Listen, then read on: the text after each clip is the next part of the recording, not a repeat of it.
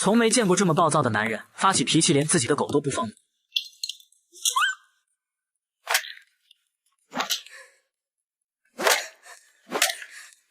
老黄的调查让赵公子暴跳如雷，眼看真相马上就要水落石出，可这时监察科的人却把他给抓了起来，以暴力执法为由对他展开了调查。当然这只是赵家的权宜之计，为了帮儿子彻底撇清嫌疑，老爷子让经理去警局投案自首，并承诺事后会将酒店生意全都交给他来打理。经理自然知道这种承诺像白纸一样毫无意义，但家里上有老下有小，他没有任何选择的余地。于是第二天他驾车来到警局，以自己一时失手为由，将司机坠楼的事扛了下来。另一边，在将老大和队长的力保之下，监察组不得不撤销对老黄的无故指控，但此时嫌犯已经自首，再想插手调查显然没有什么理由了。老黄只好独自来到看守所，他断定经理是赵公子的替罪羊，因为他已经推理出了整个事情的真相。原来那天司机送走儿子后，他又跑回了办公室找赵公子理论，结果遭到对方一顿暴打，可没想到过程中却发生了意外，司机的头撞到茶几上陷入昏迷。为了保护赵公子的名誉，经理赶忙阻止了保镖的报警行为，他决定将错就错，用司机的手机伪造了遗书，随后将人从楼梯间扔了下去，制造出自杀的假象。经理听后邪魅一笑，故事编得再好，没有证据一切都是空谈。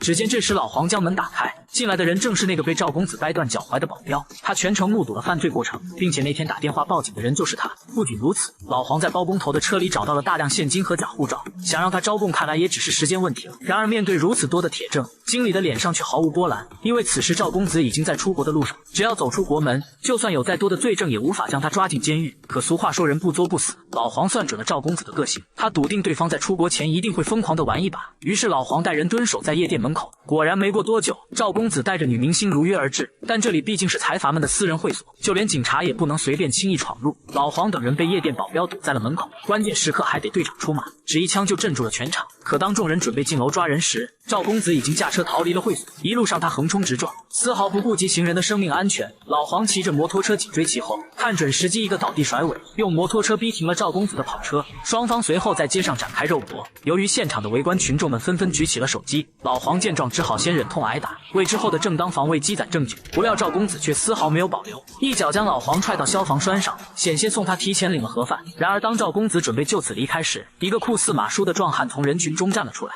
像一堵墙一样将他堵在了原地。这时老黄也从地上爬起，既然大家都拍下了对方袭警的证据，他终于可以肆无忌惮地反击了。几个大耳光下去，赵公子瞬间被扇得晕头转向，但长期打拳的他也不是吃素的，抱着老黄狠狠地摔到了地上，接着二人扭打在一起。赵公子趁机抓住老黄的脚踝，用力一掰，老黄顿时腾出了猪叫声。这时警车终于陆续赶到了现场，赵公子本想起身逃跑，可这才发现老黄早已经把他俩的手铐在了一起。最终赵公子等人受到了法律的制裁，而坠楼的司机在家人的陪伴下竟然奇迹般的苏醒了，正义最终战胜了邪恶。可是现实中真的会如此吗？欢迎大家评论区留言讨论，我是力哥，我们下期再见。